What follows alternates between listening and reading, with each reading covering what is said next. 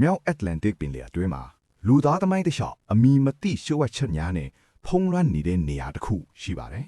။လေယာဉ်တွေသင်္ဘောတွေတချို့ကရုတ်တရက်ပျောက်ဆုံးသွားခဲ့ကြတယ်။အဲ့ဒီနေရာကိုတော့ Bermuda Triangle လို့ခေါ်ကြပါတယ်။ဒီနေ့ဒီဗီဒီယိုထဲမှာသမိုင်းဖြစ်ရမှန် theory များနဲ့သိပ္ပံအမြင်အပြည့်အစုံကိုအဆုံးအထိလေ့လာသွားပါမယ်။ ဒီတိရိကန်ဒေတာဟာ Florida, Bermuda,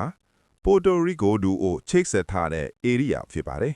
။ area အကျယ်ဝန်းဟာခန့်မှန်းခြေစတုရန်မိုင်9သိန်းကျော်ရှိနိုင်ပါတယ်။ဒီဒေတာဟာကုန်သွယ်ရေးအရေးကြီးဆုံးပင်လယ်လမ်းကြောင်းတစ်ခုလည်းဖြစ်ပါတယ်။ 1945ဒီဇင်ဘာလ American ရေတပ်လေယာဉ်5စီးလေ့ကျင့်ပြန်တမ်းမှုပြုလုပ်နေစဉ်လမ်းပြောက်သွားခဲ့ပါတယ်။ဒီအဖွဲ့ကို Flight 19လို့ခေါ်ပါတယ်။ ရေဒီယိုမှာနောက်ဆုံးကြားရတဲ့စကားက Compass မအလုပ်လုပ်ဘူး။ကျွန်တော်တို့ဘယ်ဘက်ကိုသွားရမလဲမသိတော့ဘူး။အဲ့ဒီနောက်လေယာဉ်5စီးလုံးပျောက်ဆုံးသွားခဲ့ပါတယ်။ရှာဖွေရေးလေယာဉ်တစ်စီးလည်းထပ်မံပျောက်ဆုံးခဲ့ပါတယ်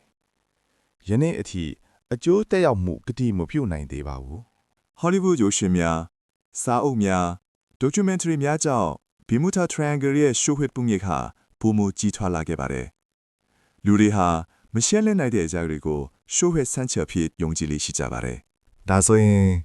Bermuda Triangle ဟာတကယ်လူဝက်ဒေတာတစ်ခုလား။သို့မဟုတ်တဘာဝဖြစ်ရများရာသီဥတု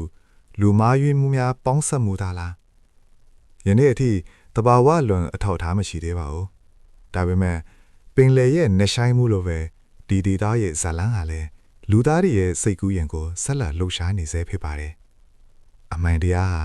တခါတရံစိတ်ကူးရင်တာထက်ပိုမိုစိတ်ဝင်စားစရာကောင်းတတ်ပါတယ်။